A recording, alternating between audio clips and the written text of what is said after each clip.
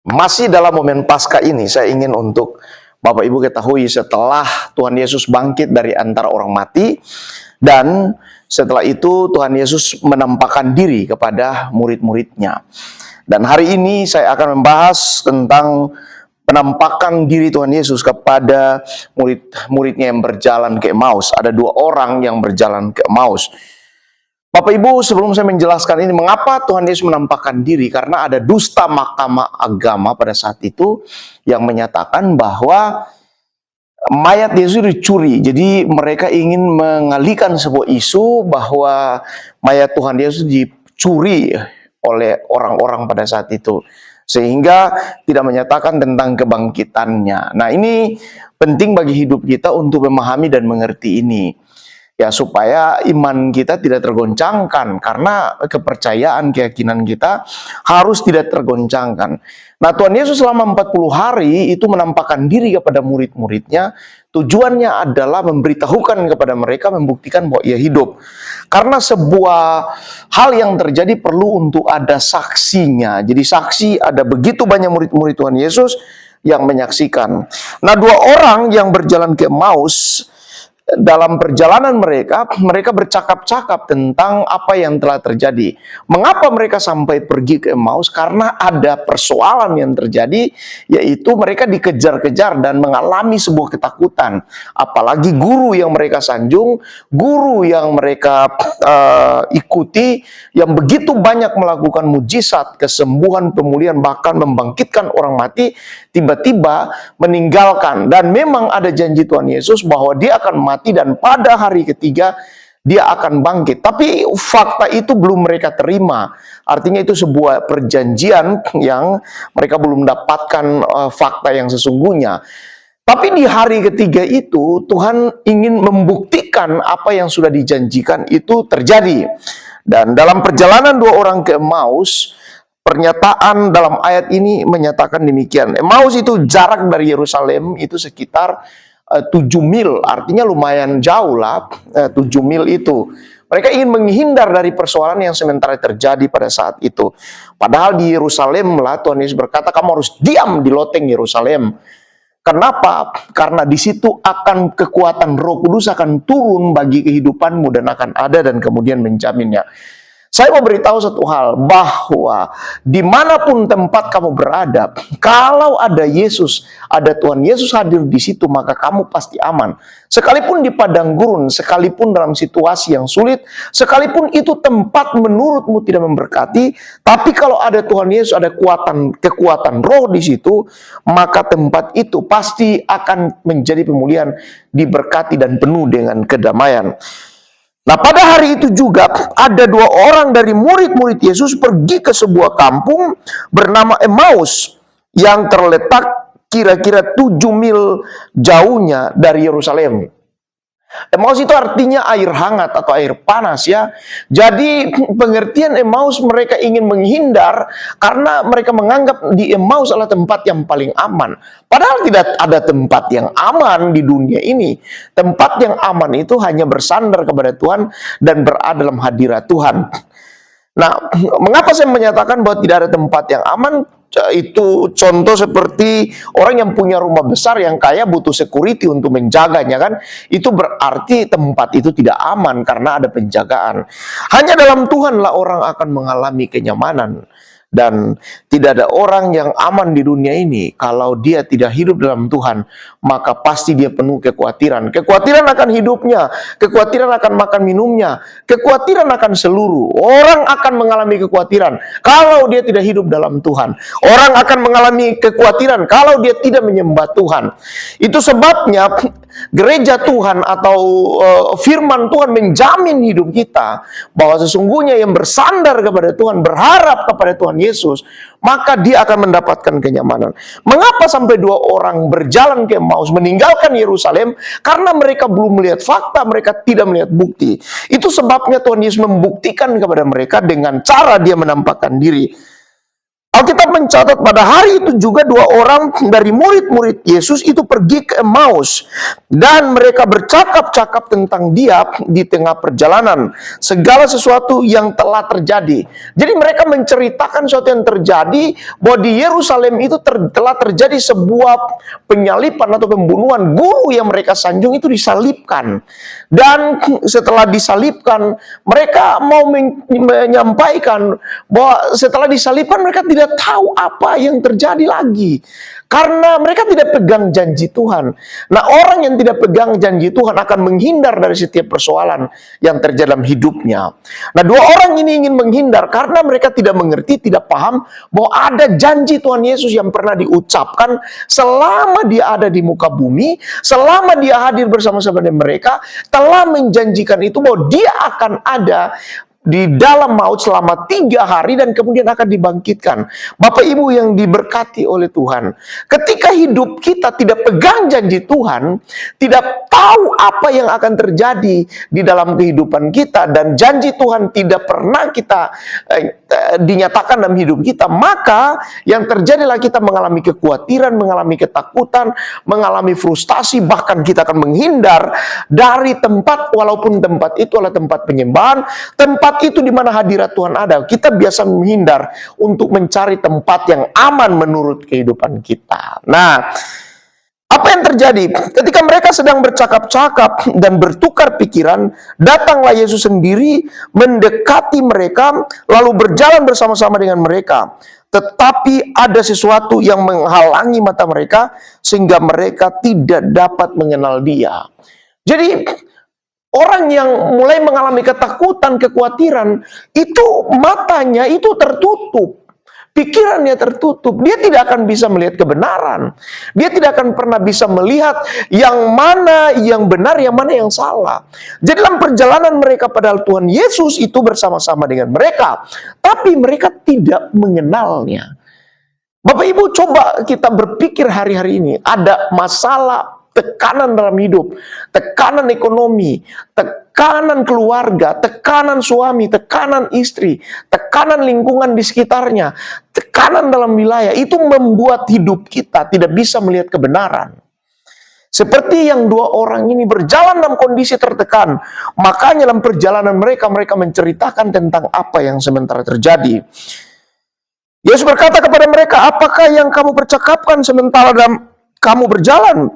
Maka berhentilah mereka dengan muka muram. Seorang dari mereka namanya Kleopas menjawabnya, adakah engkau satu-satunya orang asing di Yerusalem yang tidak tahu apa yang telah terjadi di situ pada hari-hari belakangan ini? Katanya kepada mereka, apakah itu? Jawab mereka, apa yang terjadi dengan Yesus orang Nazaret? Dia adalah seorang nabi yang berkuasa dalam pekerjaan dan perkataan di hadapan Allah dan di hadapan seluruh bangsa kami.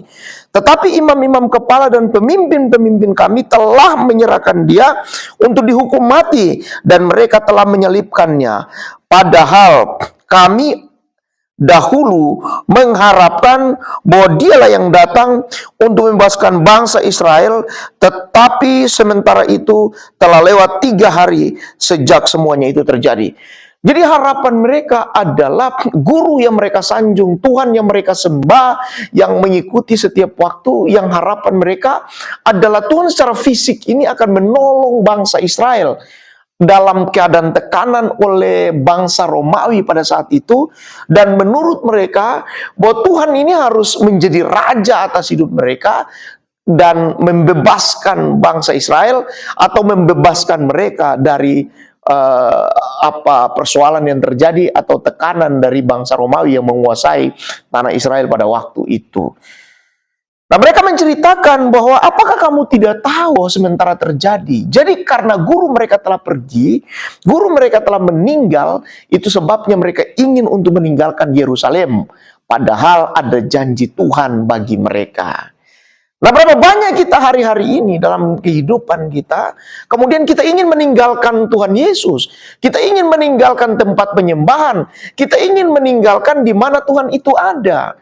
Kan begitu hidup kita manusia, mengalami sebuah kekhawatiran, mengalami sebuah ketakutan di dalam menghadapi kehidupan. Akhirnya apa yang terjadi? Kita ingin menghindar, dan mata kita ditutup, mata kita tidak terbuka, dan kita tidak akan pernah bisa melihat kebenaran. Kita tidak akan pernah bisa melihat ada berkat besar yang Tuhan siapkan dalam hidup kita. Kita tidak akan bisa melihat ada mujizat Tuhan atas hidup kita. Kenapa? Karena mata kita ditutup. Apa yang menjadi pengharapanmu hari-hari ini? Coba, dalam setiap hidup kita, tentu kita berharap bahwa Tuhan menolong hidup kita. Kehadiran Tuhan itu membawa kemenangan dalam hidup kita. Kita mau bahwa Tuhan menjadi raja atas hidup kita untuk menaklukkan orang lain. Padahal Tuhan Yesus datang itu bukan untuk menaklukkan orang lain, tapi mengasihi orang lain. Mengasihi setiap orang, mengasihi bumi, mengasihi dunia. Hanya orang-orang dunia tidak bisa menerimanya. Kenapa? Karena mereka menolak dia, karena dia menyatakan bahwa dia adalah anak Allah yang hidup, yang berasal dari sorga. Nah, bumi ini atau dunia ini, manusia dunia ini kadang-kadang tidak mau menerima bahwa yang datang dari sorga itu adalah Tuhan. Jadi Tuhan Yesus sudah datang dari sorga ke muka bumi untuk memberikan kita jaminan keselamatan. Cuma kita tidak mau menerima saja. Alkitab berkata, tetapi beberapa perempuan dari kalangan kami telah mengejutkan kami pagi-pagi buta. Mereka telah pergi ke kubur dan tidak menemukan mayat itu. Lalu mereka datang dengan berita bahwa telah kelihatan kepada mereka malaikat-malaikat yang mengatakan bahwa ia hidup. Dan beberapa teman kami telah pergi ke kubur itu dan mendapati bahwa memang benar yang dikatakan perempuan-perempuan itu, tetapi dia tidak mereka lihat. Jadi ini adalah sebuah bukti pernyataan bahwa mereka mendengar ada perempuan-perempuan dan ada murid-murid Yesus yang lain yang kemudian memberi kesaksian. Malaikat-malaikat itu datang dan menyampaikan bahwa dia hidup. Nah, ini yang bicara malaikat Tuhan. Saksinya adalah murid-muridnya. Jadi bagaimana mungkin kamu tidak bisa percaya lagi untuk kebangkitan Kristus? Kristus adalah satu-satunya yang telah mati dan kemudian bangkit dan kemudian tidak mati-mati lagi. Nah, itu yang membedakan. Orang mati kemudian bisa bangkit, seperti Lazarus yang mati bangkit kemudian mati lagi kan. Tapi Yesus mati, bangkit dan hidup, tidak mati-mati lagi. Karena itu dia disebut dengan kehidupan yang kekal.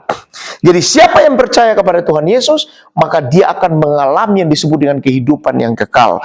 Bapak Ibu yang diberkati oleh Tuhan, biarlah ini menjadi sebuah pelajaran bagi kita, bahwa tujuan Tuhan menampakkan diri dalam hidup kita, supaya hidup kita tahu bahwa Yesus hidup. Mari, jadikan dalam kehidupanmu, Yesus adalah Raja di dalam hidup yang memerintah engkau, dan engkau sebagai hamba. Jangan dalam hidupmu engkau raja, kemudian Tuhan sebagai hamba. Yang engkau perintah kiri kanan, engkau perintah untuk diberkati, engkau perintah untuk apapun. Tapi biarkan Tuhan yang memerintah hidup kita. Tuhan yang mengarahkan hidup kita, bukan kita yang mengarahkan Tuhan, tapi Tuhan yang mengarahkan hidup kita. Banyak orang percaya ingin hidupnya bukan diarahkan oleh Tuhan, tapi diarahkan oleh dirinya sendiri dan Tuhan mengikuti dia. Nah, kita tidak akan pernah melihat jalan yang terbaik, karena kalau hidup kita yang menuntun kita bukan Tuhan, maka kita tidak akan melihat jalan yang terbaik. Kita lihat, dan beberapa teman kami telah pergi ke kubur itu dan mendapati bahwa memang benar yang dikatakan perempuan-perempuan itu, tetapi dia tidak mereka lihat. Lalu ia berkata kepada mereka, "Hai kamu orang bodoh, betapa lamban hatimu sehingga kamu tidak dapat percaya segala sesuatu yang telah dikatakan para nabi. Bukankah Mesias harus menderita semuanya itu untuk masuk ke dalam kemuliaannya?" Lalu ia menjelaskan kepada mereka apa yang tertulis tentang dia dan seluruh kitab suci, mulai dari kitab-kitab Musa dan segala kitab yang ada, yaitu kitab nabi-nabi. Jadi Tuhan itu akan berjalan bersama mereka menjelaskan semuanya. dalam pelayanan hidup kita, ketika kita mulai menceritakan tentang kasih Tuhan kepada setiap orang, walaupun kita tidak mengerti, mata masih buta semua, masih belum melihat, mata hati kita masih belum melihat apapun, belum mengalami pemulihan, tapi hati dan pikiran kita menuju kepada cerita tentang Tuhan. Saya percaya satu kali waktu kamu akan diubahkan, dan kemudian cerita Tuhan itu akan menjadi bagian dalam kehidupan kamu. Dan Alkitab mencatat, Tuhan akan menjelaskan semua yang tidak kamu pahami, yang tidak kamu mengerti dalam hidupmu. Yang penting intinya kamu mau cerita tentang firman Tuhan. Kamu mau cerita tentang kemuliaan Tuhan. Kamu mau cerita tentang Tuhan. Maka Tuhan akan membuka pikiran yang tertutup itu. Alkitab catat demikian. Dan kemudian Yesus menjelaskan kepada mereka tentang apa yang diisi di dalam, atau apa yang dijanjikan oleh kitab-kitab para nabi kepada kehidupan mereka. Mereka mendekati kampung yang mereka tuju, lalu berbuat seolah-olah hendak meneruskan perjalanannya. Tetapi mereka sangat mendesaknya, katanya, tinggallah bersama-sama dengan kami, sebab hari telah menjelang malam, dan matahari hampir terbenam. Lalu masuklah ia untuk tinggal bersama-sama dengan mereka. Nah, ini perlu kerendahan hati. Saudara-saudara semua yang diberkati oleh Tuhan, hidup ini perlu untuk kerendahan hati. Jadi ketika semua firman Tuhan sudah masuk dalam hidup kita, maka yang berikut respon kita adalah respon yang rendah hati. Tuhan itu ketika berjalan bersama dengan mereka dan ingin seolah-olah ingin melanjutkan perjalanan. Seperti dalam hidup kita, Tuhan itu ingin untuk bersama-sama dengan kita. Tapi kadang-kadang seolah-olah Dia ingin untuk melanjutkan perjalanannya, seolah-olah Dia ingin melewati. Apakah kita punya hati untuk merendahkan diri? Apakah kita punya hati untuk mau Dia singgah di hati kita? Atau kita membiarkan Dia pergi? Ini penting bagi hidup kita, ya. Jadi mari kita lihat, kamu akan diberkati oleh Tuhan kalau ini dibuka. Nah, dari dua orang murid ini, satu kali waktu, karena mereka mendengarkan cerita tentang Tuhan, mereka menceritakan tentang kemuliaan Tuhan, Alkitab catat. Tetapi mereka sangat mendesaknya, katanya, tinggallah bersama-sama dengan kami, setelah hari telah menjelang malam dan matahari hampir terbenam.